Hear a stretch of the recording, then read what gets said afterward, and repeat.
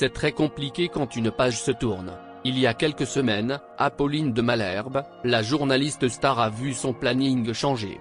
Après l'éviction de Jean-Jacques Bourdin, c'est elle qui a récupéré l'entretien politique que l'animateur phare du PAF animait sur les antennes de BFM TV et de RMC. À l'époque, dans une interview accordée au journal du dimanche, l'époux d'Anne Niva n'avait pas pris de pincettes.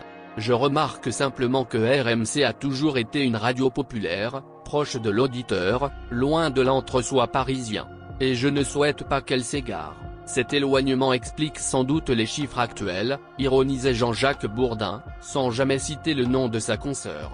On s'est peu à peu éloigné du concept très clair d'origine avec 3 piliers, information, débat et sport. Un moment un peu compliqué pour Apolline de Malherbe, comme elle l'a expliqué aux Parisiens ce dimanche 17 juillet. Mais c'était très dur pour les équipes de RMC, que j'ai souhaité défendre. Je n'ai pas accepté qu'il estime que tout s'arrêtait après lui. On n'est propriétaire de rien, a expliqué la journaliste. Avec du recul, elle estime qu'il lui fallait beaucoup de courage pour succéder à Jean-Jacques Bourdin tout en glissant un tacle subtil au journaliste. Licencié après une plainte pour tentative d'agression sexuelle.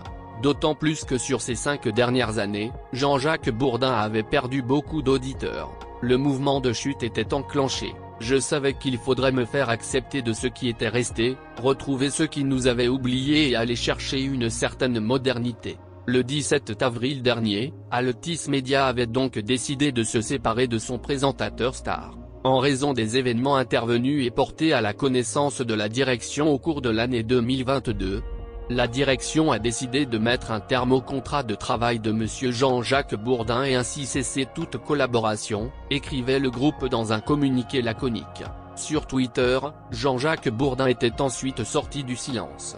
21 ans de succès sur RMC, BFM TV, RMC Découverte. Nous nous séparons, je suis tellement heureux d'être libéré, je repars pour de nouvelles aventures et je n'oublierai jamais celles et ceux qui m'ont accompagné, a-t-il écrit. Vive le journalisme libre et indépendant. Quant à Apolline de Malherbe, elle sera à l'antenne tous les jours de 6h30 à 9h. Mon état d'esprit est d'essayer de faire tomber tous les a priori.